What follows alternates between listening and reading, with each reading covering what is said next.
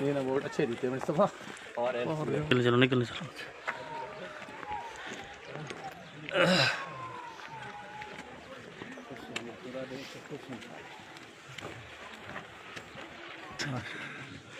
पानी जाओ।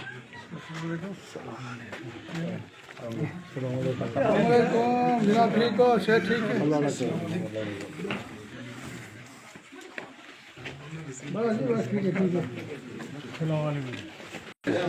अस्सलामुअलैकुम जनाब। ठीक है ठीक है।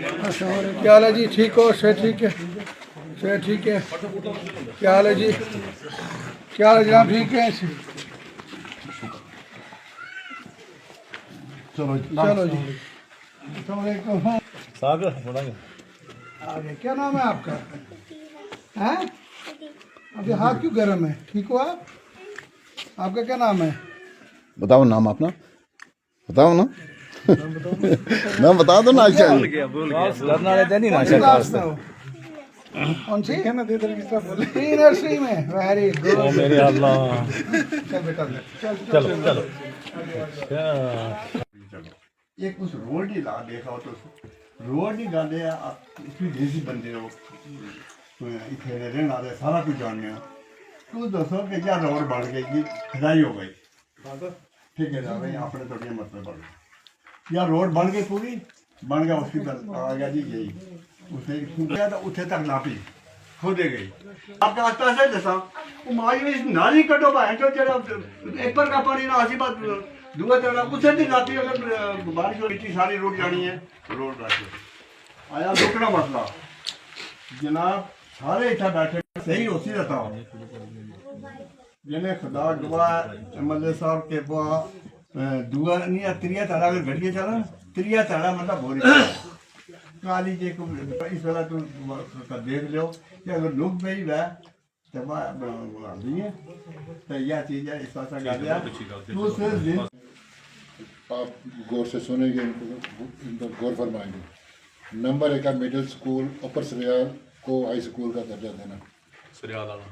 ऊपर सरियाल 6 वार्डन सारी जी स्कूल की टच करनी है। उसके बाद एक हेडमास्टर साहब थे बड़े काबिल आदमी जिन्होंने स्कूल चलाया डिसिप्लिन के साथ वो यहाँ से उठा दिए इस वक्त यतीम ही खाता है टोटली। नंबर 2 ब्लैक टॉपिंग में मेन रोड से लेकर चौंतरा तक। इनके साथ आए हुए मंडी से ब्लॉक प्रेसिडेंट जनाब अब्दुल्ला भट्ट साहब, हमारे हाल ही में नए स्पोक्समैन जनाब ख्वाजा अब्दुल रज़ाक साहब एक्स सरपंच भाईला, सूफी अब्दुल कयूम साहब हमारे इस इलाके की शान, बड़े पुराने साथी शेख साहब के साथी ब्लॉक प्रेसिडेंट चाचा फकरू रिटायरमेंट का मैं और चाचा फकरू इकट्ठे रहे यहाँ दो अब्दुल जवाब तांतरे साहब, खालिक साहब, सैयद साहब, बाकी यहाँ की जितने हमारी करीम है मेरी तरफ से अस्सलाम वालेकुम। सबसे पहले तो बेंच वाले इस आवाम का शुक्रगुजार हैं, हम शुक्रिया अदा करते हैं कि आप लोगों ने इस बार बढ़ चढ़ के हिस्सा ली और अपने कायद नौजवान लीडर एजाज जान साहब को कामयाब किया, इसलिए आपका हम शुक्रिया अदा करते हैं। हमारे साथ हमारे एक्स काउंसलर यूथ के डिस्ट्रिक्ट प्रेसिडेंट परविंदर जी, मैं नाम भूल गया, मुश्ताक साहब हैं, अपने पीए साहब हैं, बाकी जितने साथी भी हैं। आज आपने अपना मुतालबात बताए, आपको हक है बताने का, क्योंकि लीडर उसको इसीलिए चुनते हैं कि एक लीडर को चुन के उससे अपने मुतालबात हल कराएं।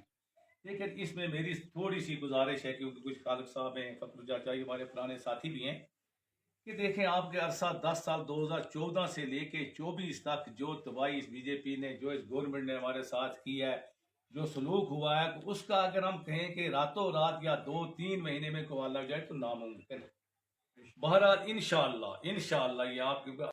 सबसे पहले मैं माजरत चाहूँगा, माफ़ी चाहूँगा तमाम साथियों से, बुज़ुर्गों से जो देरी से आए, लेकिन आप अच्छी तरीके से जानते हैं कि मेरे हाथ में भी नहीं है कि कहाँ जाना है या कहाँ नहीं जाना। आप यकीन मानिए रात के 2 बजे तक रात को मेरा वहाँ पे चलता है निज़ाम, और सुबह फिर दोबारा जो है 2 तो मैं कह रहा हूँ कई दिन मैं सुबह 4 बजे सोया, और सुबह फिर से जो है 6-7 बजे जो है दोबारा से सिस्टम शुरू हो जाता है। लोगों का कोई कसूर नहीं है, सिर्फ ये है कि क्योंकि 10 साल के बाद जो है एक हुकूमत बनी है और आपकी चुनी हुई हुकूमत बनी है, और वो हुकूमत बनी है जिसने पिछले 70 साल आपके काम किए। अब हर इंसान ये सोच रहा है कि मैं जो 10 साल से परेशान हूँ उसकी परेशानी का हल है। मैं आपके आज की इस मीटिंग के हवाले से, मीडिया के हवाले से तमाम अपने साथियों को ये कहना चाहूँगा कि आपकी मुश्किलात भी हल होंगी, थोड़ा सा आपको वक्त देना पड़ेगा। और आप मीडिया के हवाले से ये भी कहना चाहूँगा कि मैं इतने टेलीफोन उठा ही नहीं सकता। अगर मैं खाली टेलीफोन उठाता रहूँ फिर तो मैं किसी को मिलूंगा ही नहीं, और टेलीफोन भी बंद ही नहीं होते।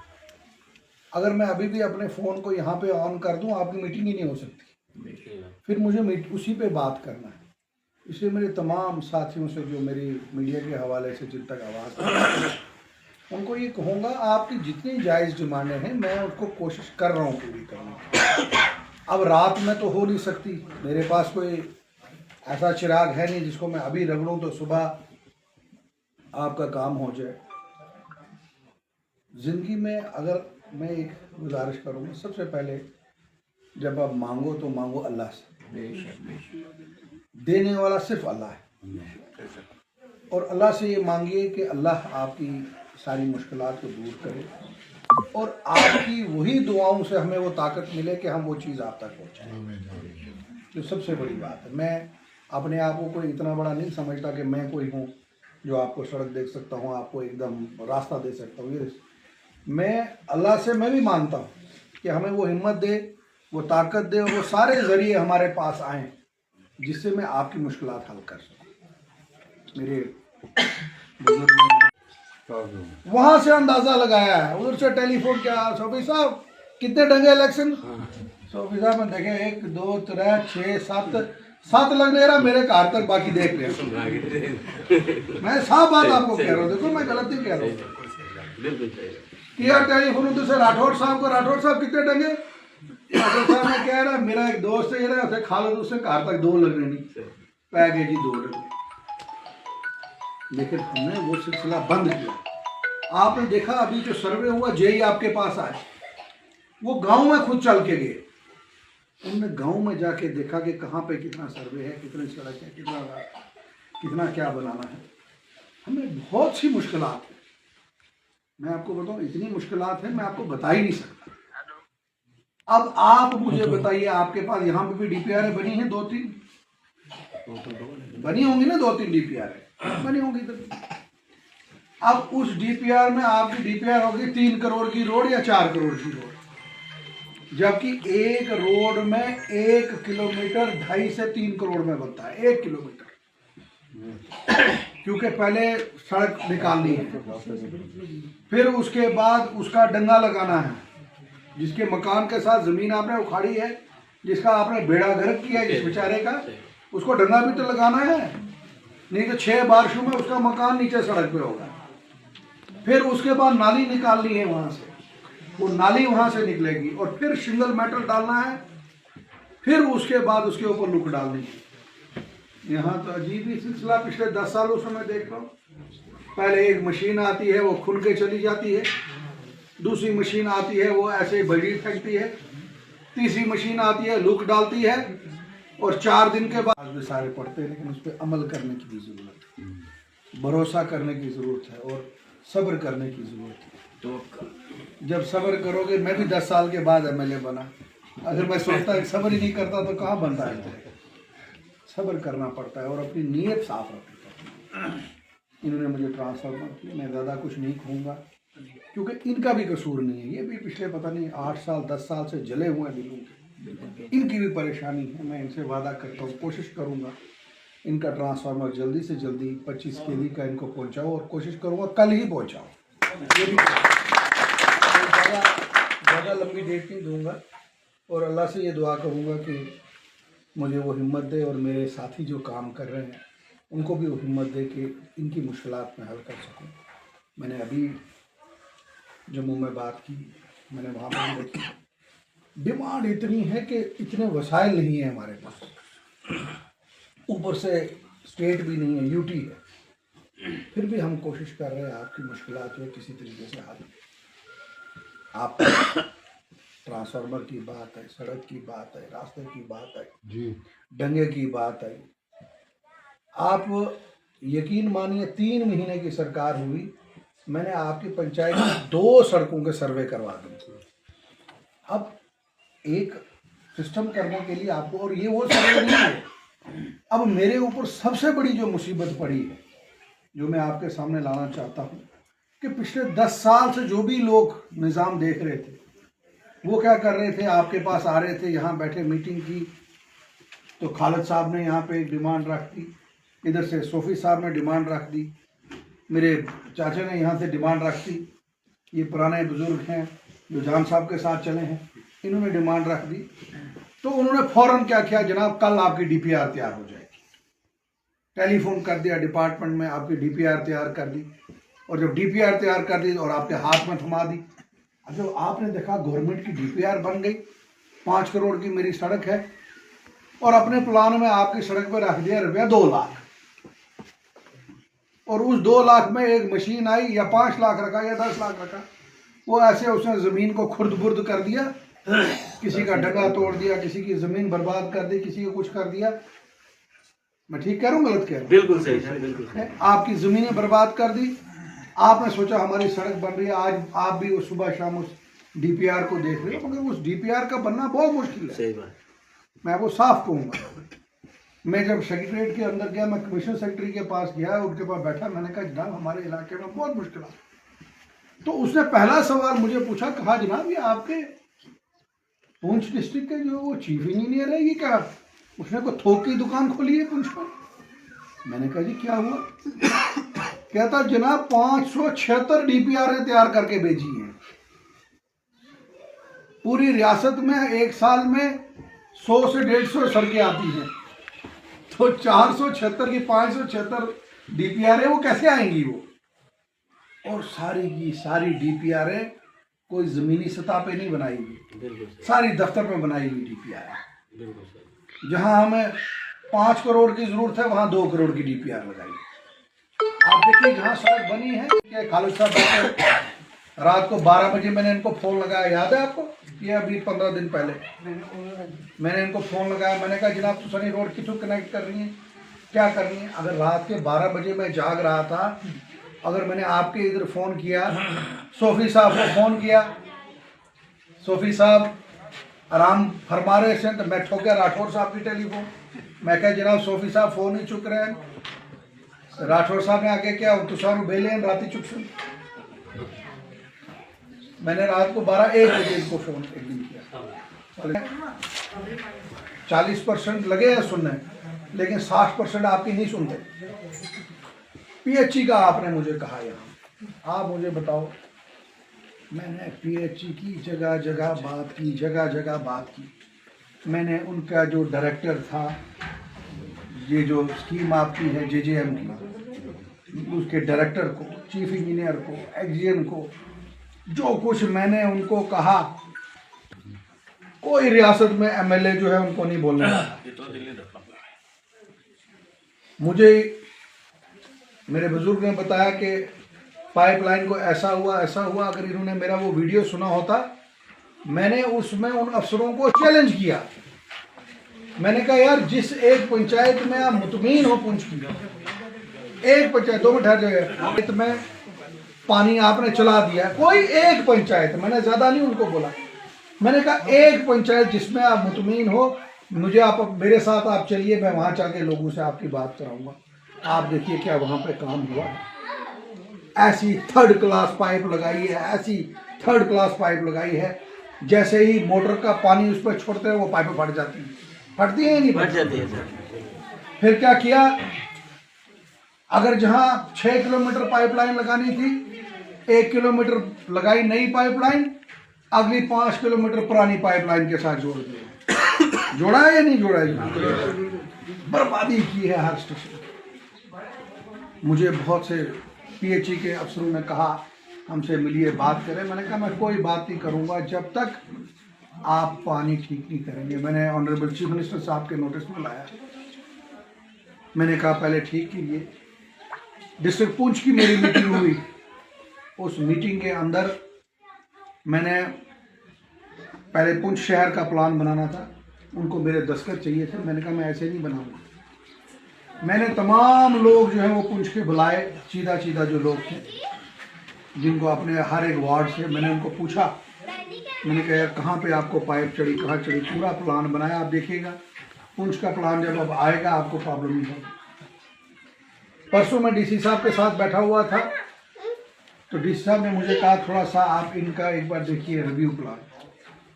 तो मैंने डीसी साहब को कहा, मैंने कहा जनाब जो प्लेन इलाका है, डिपार्टमेंट भी तो बड़ा हजरत है जनाब, जिधर प्लेन इलाका है ना जनाब, उठे रखे ना है 2 करोड़ रुपया, तो जिथे पहाड़ पर चढ़ना उसे रखे ना 10 लाख रुपया।